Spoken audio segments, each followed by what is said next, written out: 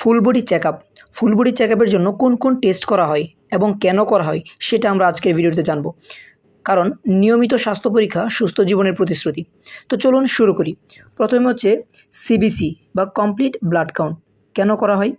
রক্তে সংক্রমণ বা ইনফেকশন আছে কিনা তা জানার জন্য, রক্তাল্পতা বা এনিমিয়া আছে কিনা সেটা জানার জন্য।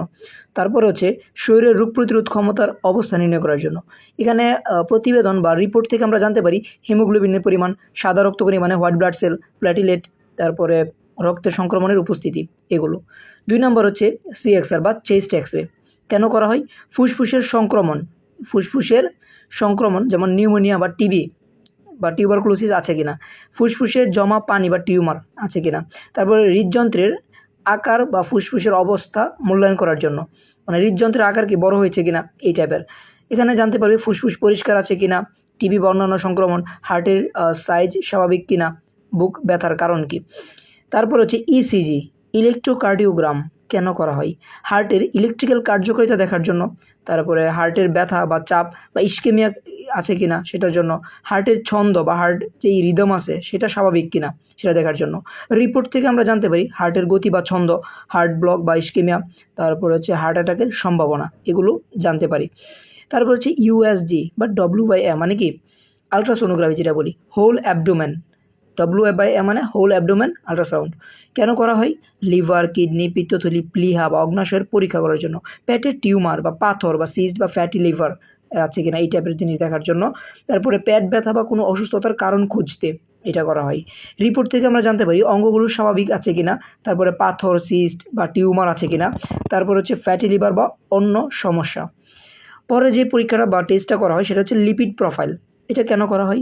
কোলেস্টেরল এর পর্যায় জানার জন্য, যেমন হার্টের ঝুঁকি নির্ধারণ করার জন্য, তারপরে হচ্ছে ঔষধ বা ডায়েটের প্রভাব মূল্যায়ন করার জন্য। প্রতিবেদন বা রিপোর্ট থেকে আমরা জানতে পারি টোটাল কোলেস্টেরল, HDL, LDL এবং ট্রাইগ্লিসারাইড, ঠিক আছে। তারপর হচ্ছে RBS মানে র্যান্ডম ব্লাড সুগার। এখানে একটা কেন করা হয়? ডায়াবেটিস আছে কিনা জানার জন্য। তারপরে হঠাৎ দুর্বলতা বা বেশি তৃষ্ণা বা ঘন প্রস্রাবের কারণ খুঁজতে। এখানে রিপোর্ট থেকে জানতে পারি রক্তে শর্করার পরিমাণ, ডায়াবেটিস নিয়ন্ত্রণে আছে কিনা, তারপরে হাই বা লো ব্লাড সুগার। তারপরে 7 নাম্বার বা সর্বশেষ যে টেস্টটা করে সেটা হচ্ছে অ্যাসক্রিটিন বা সিরাম ক্রিয়েটিনিন বলি। এটা কেন? কিডনির কার্যকারিতা জানার জন্য, কিডনি রোগ বা কিডনি নষ্টের ঝুঁকি নির্ধারণ করার জন্য।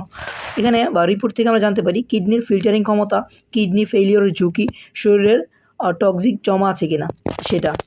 এখন এই চেক আপগুলো কাদের জন্য প্রয়োজন? এই সম্পূর্ণ বা ফুল বডি চেক আপ জন্য 30 বছরের বেশি বয়সী যারা আছে সবার জন্য প্রযোজ্য।